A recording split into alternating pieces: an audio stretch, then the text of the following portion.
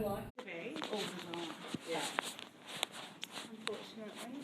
But it's not the market there, is it? Doesn't happen. It's just not people aren't. Yeah, not.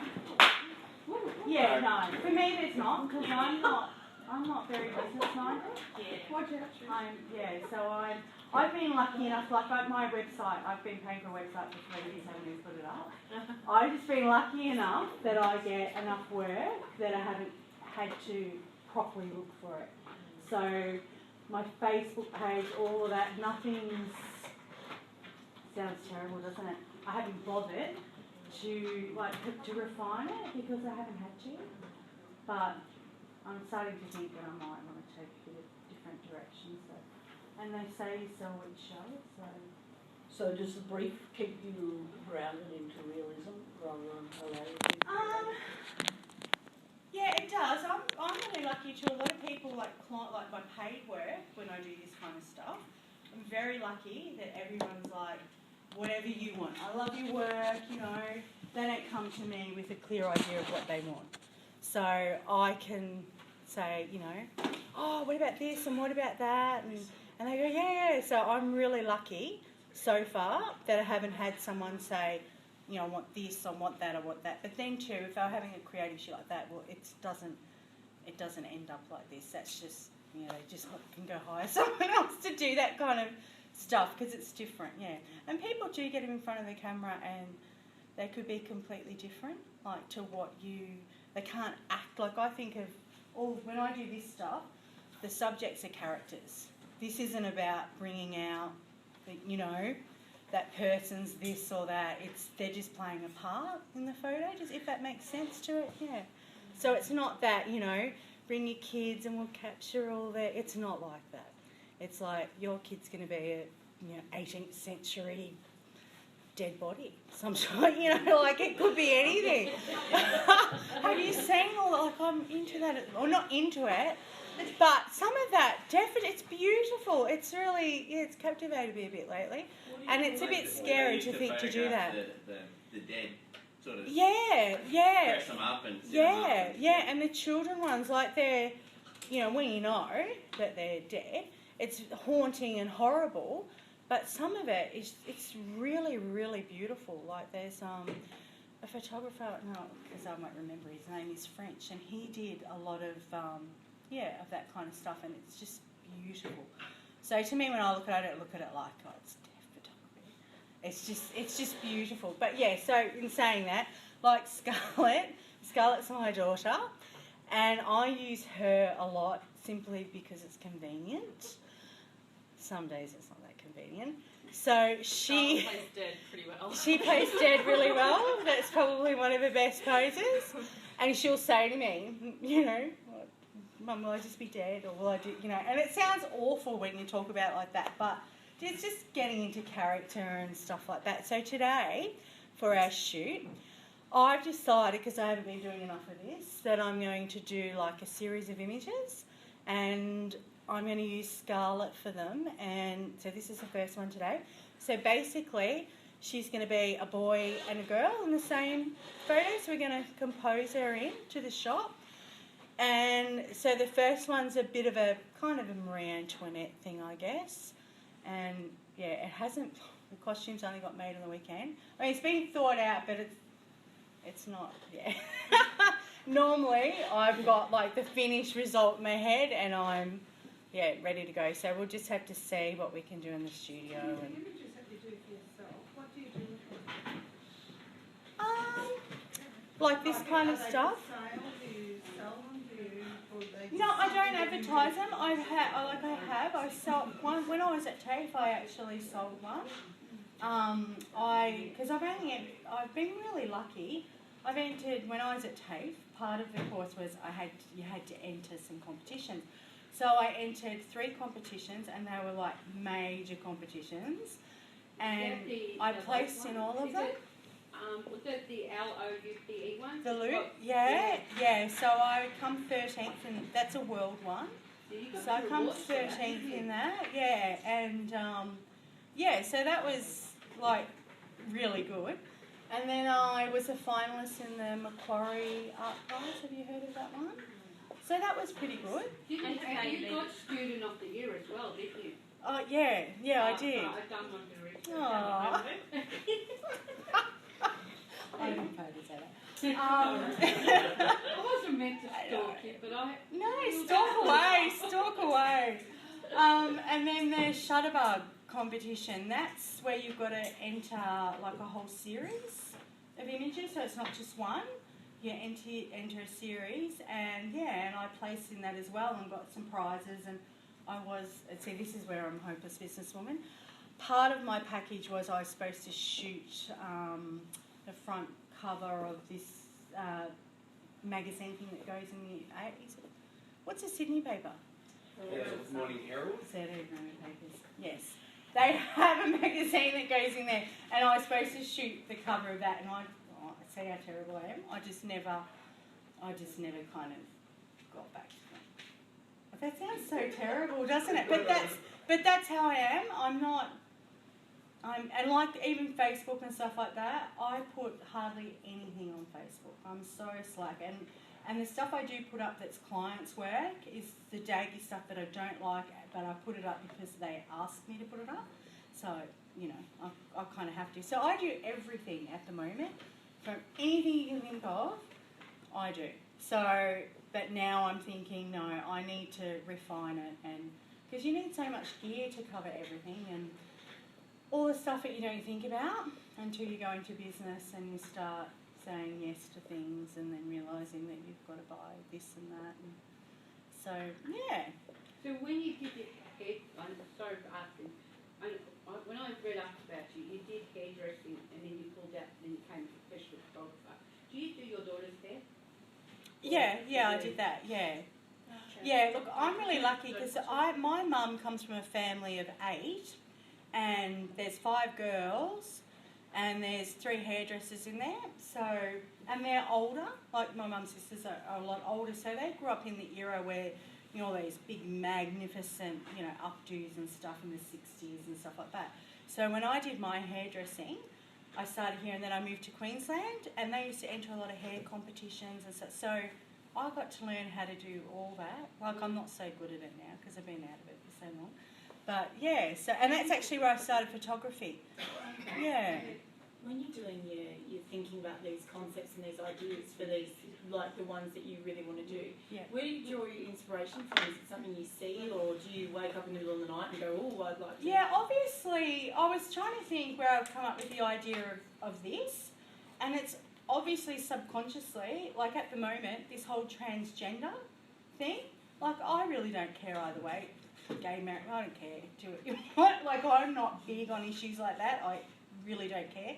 But obviously, I'm thinking it must have subconsciously planted somewhere because recently we took our rabbit to the vet to get fixed up. We've had her for a year.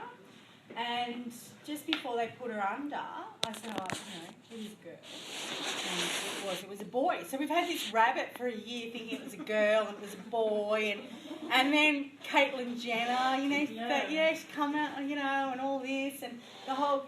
And so I'm thinking perhaps somewhere, subconsciously, that's maybe planted this thought about the boy and the girl. And simply because I only have one child. And I wanted to, I don't know. I just thought, I just plucked stuff out like that. But in saying that, it could have been something that I saw. I used to, before I come to TAFE, never looked at anyone else's work.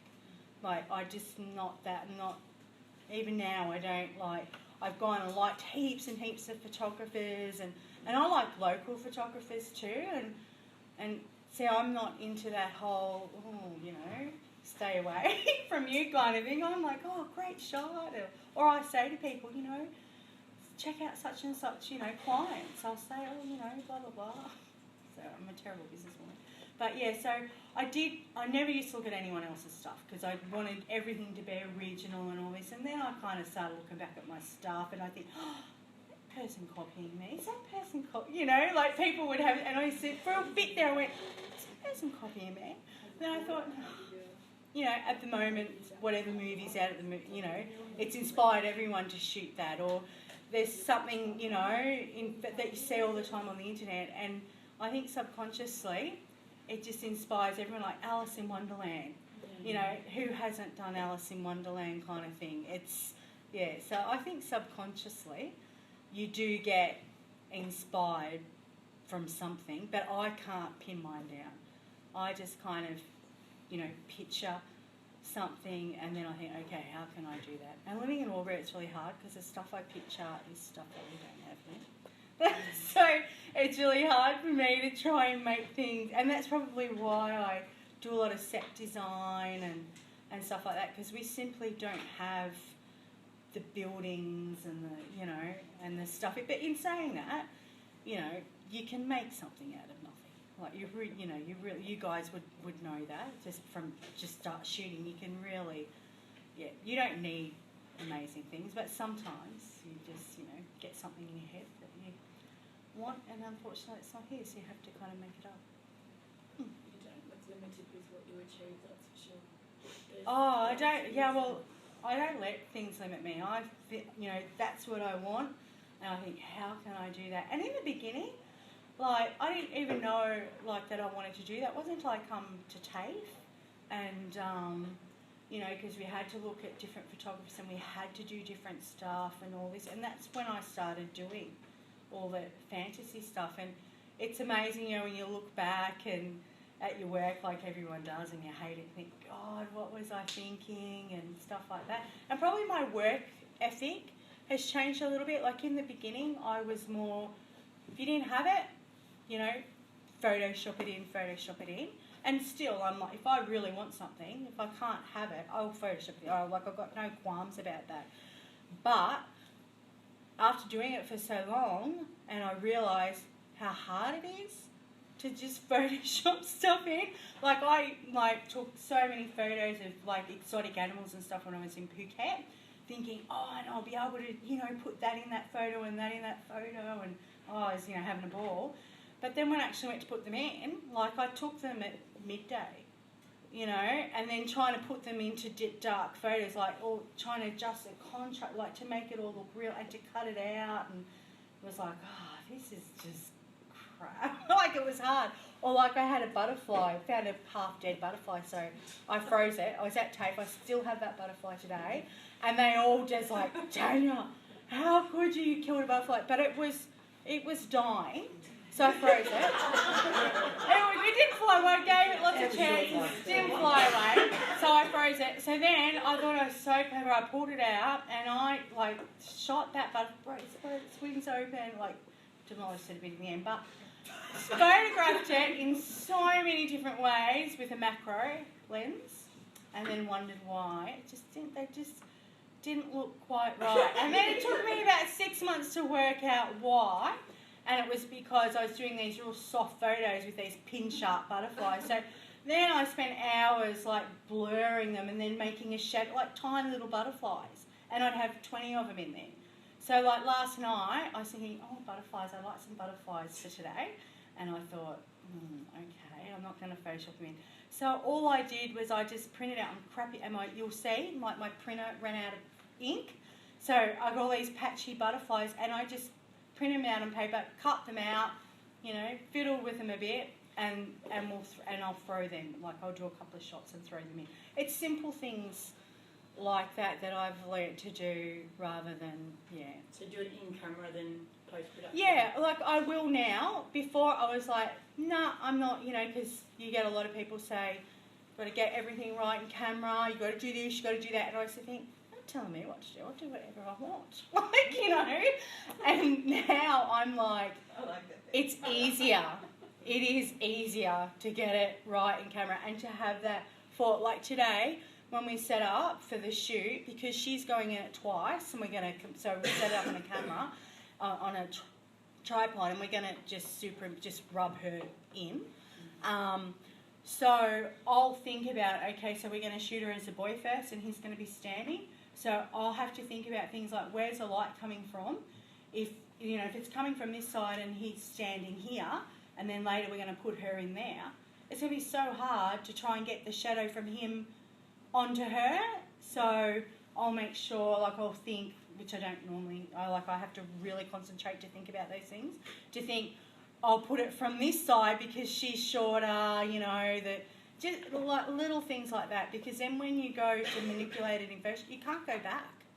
Like you can't go back, and you can say, oh, we can shoot it again, but you know, you don't. Like it's never the same. Would you do it both ways? Would you do it both, like one way and then one the other way, just so that when you've got them together you can? Oh,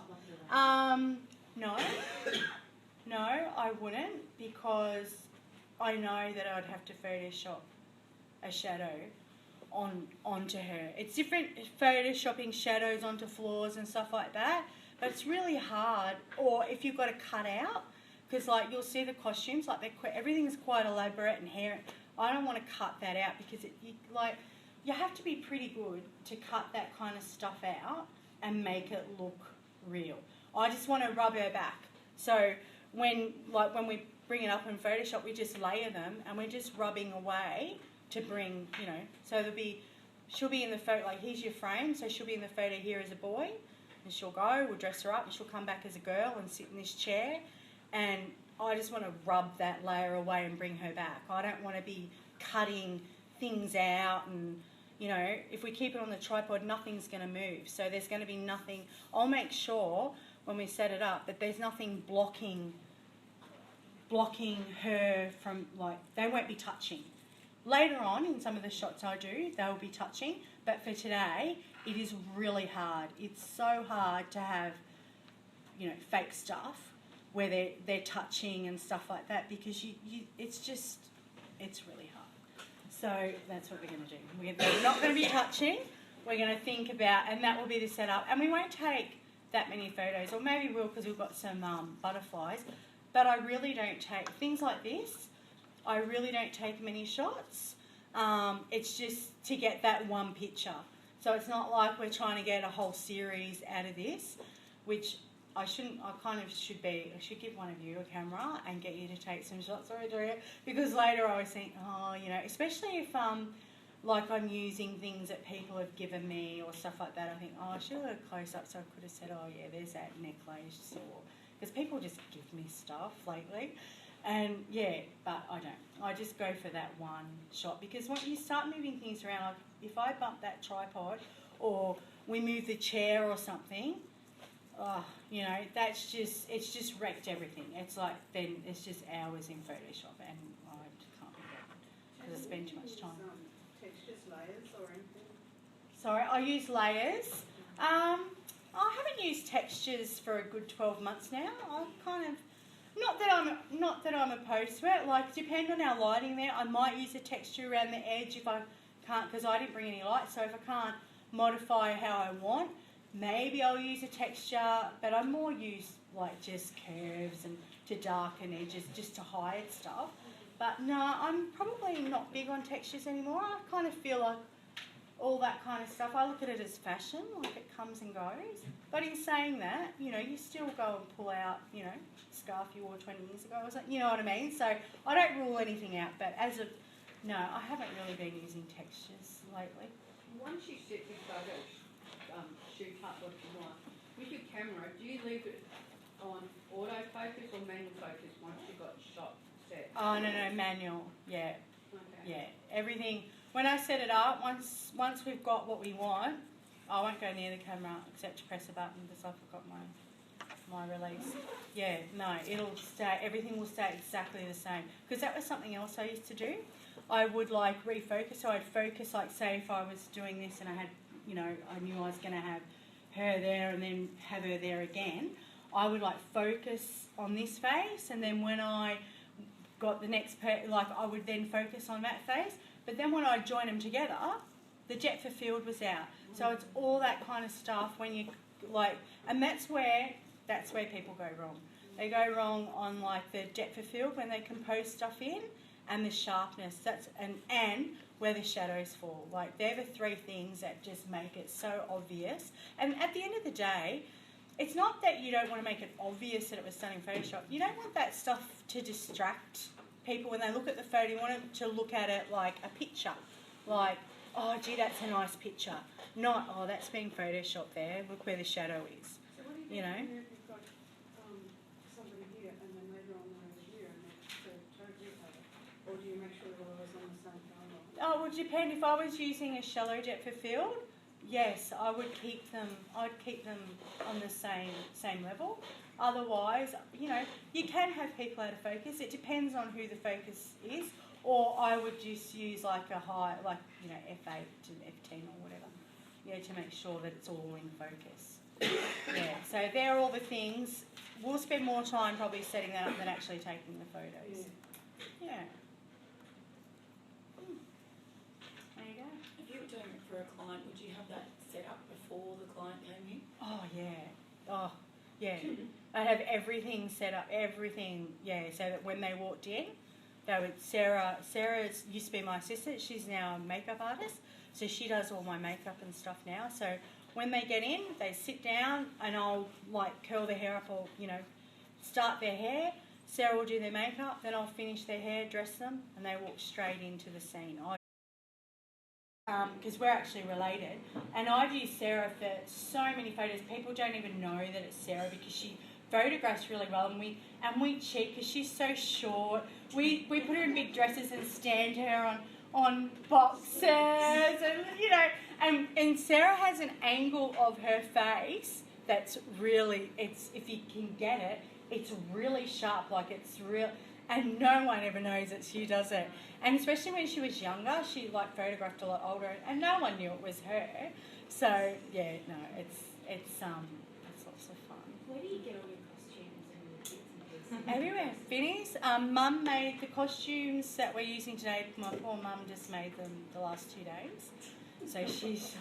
Doesn't do this all That's the time. expensive. That's where a lot of expense.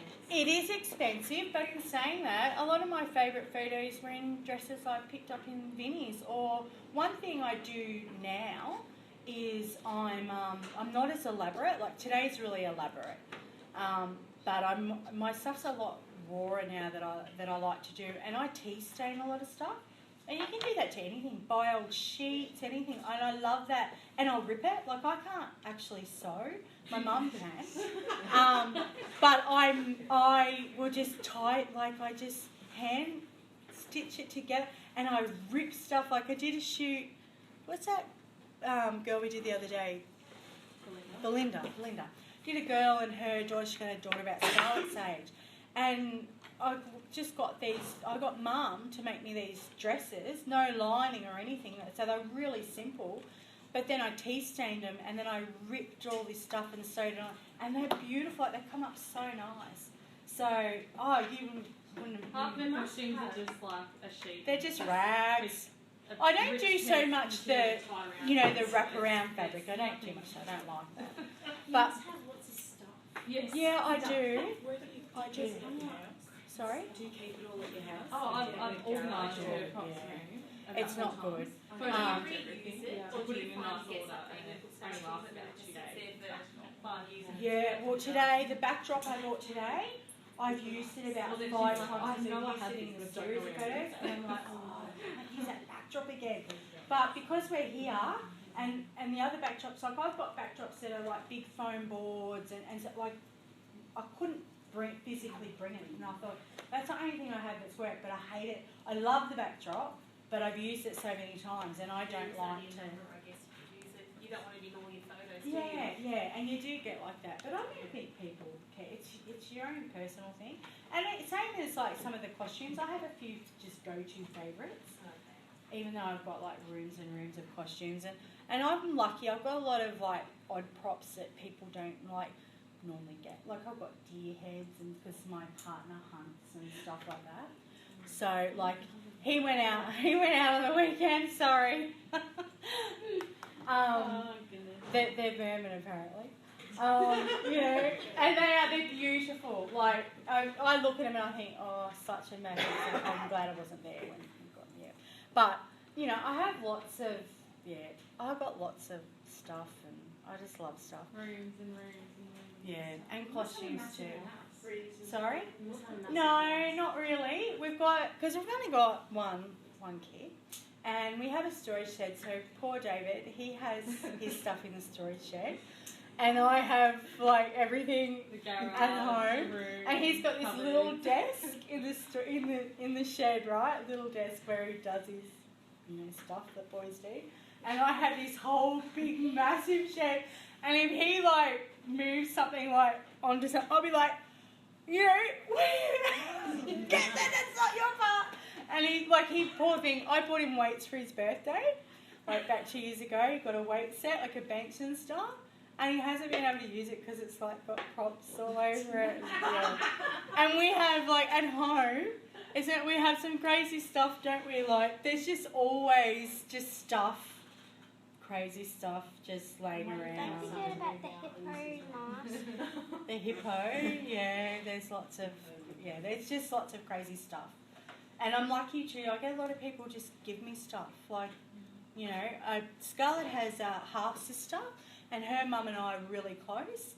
And, she has just been, she's like my gold mine. The stuff that she finds for me is ridiculous. And she also has a house that I can go to very, rarely. Well, it's not hers, but it's her family's, and it's out in a place called Elmer Park. It's in the middle of nowhere. It's like something out of a horror movie. And it's this magnificent house. I think it might be on one of my Facebook photos. And no one's lived in it. Like, it's her great-grandparents' house. But it's, that's it. No one's lived in it. But every part of this house is magnificent. All the ceilings, it's got... Every window is stained glass, like it's just incredible. So it's, so I meet people like, you know, that will be like, oh, I have that. I'm like, yes. Or she rings me and goes, can you make me a little bed, a little baby one? Oh, yeah, Sarah's all of a sudden decided that she likes to make things, so I take advantage of that. So, yeah. Which is what you got to do. Yeah, you do, yeah. So what do you do when you're sort of going somewhere like that? Do you pack up a heap of lighting, or what do you sort of use, or you just get there and go, oh, that's just, you know. Oh, I take lighting. I hate lighting. What do you use? Lighting's my biggest struggle because I'm not technical. So I take a heap of lighting, but like too, I'm basic. Like I don't experiment too much because to me it's more about the people. Like in a perfect world, I would have a lighting guy and a photographer, and I would just be a stylist. And I would say to them, sorry? What would you take in the way of lighting? Okay, just something, if I have power. If I had power, I'd take it all. No. Probably, I've got a big giant softbox that tends to get... So I'm real black and white. I'm either like real shallow aperture or real, like everything pin sharp. Or I like it really dark or really bright. So I'm not really much of an in-between girl. So, yeah, or I'll just take flashes, like the speed lights and stuff like that. And I bounce a lot, which sometimes usually ends up in a disaster. Because then I have, I went through the stage where I had the blue skin on the nice orange windows and stuff like that. But you learn. So then they just go black and white. I'm like, oh yeah, I love black and white. But yeah, so that's, yeah. And even now, I still do stuff like that all the time because I get so excited. Like, especially with a lot of the young girls we do, like when they go into Sarah, like we're in a room, I do their hair and we're all gas bagged and stuff. Then when Sarah does the makeup, most of the time I'll go and turn all the lights on and all that. Then when they come out, especially the young ones, it's like, oh my God, like they're just beautiful and I get so excited. I just, the lights and everything, I'm like, thank God I set them up the night before because I just, sometimes I always think that I'll forget to even take photos and I'll just set them up and, oh, that's so beautiful. Because it's, That took me about half an hour to have all those done. Really? Sorry, we're looking at your photos. Oh. Oh, yeah, we're the candle cow. The candle, this one. Oh, yeah. So I've got big plans for that And couch. your daughter, isn't it? Yeah, that's Scarlett. Yeah. Scarlett, yeah. But now we think she's wearing sheets, so you turned us off. No, she's got a little outfit on there, yeah. So that... How long does it take to get the candles to melt like that? Okay, well, what... Yeah, so what I do is like we have a back veranda and we have an open fire, oh not open fire, but a fireplace and my partner's a smoker. I used to be a smoker, I hate it now. The candle. Yeah, it's April 29, 2014. Yeah, so he would be out there smoking and we'd have a glass of wine and I would just burn the candle, like burn a couple of candles on a Saturday night. Yeah, just like that. And then that was too much for slow process. So what I did was I just got some in a saucepan and just boiled them, and then I just poured some over. Yeah, so stuff like that.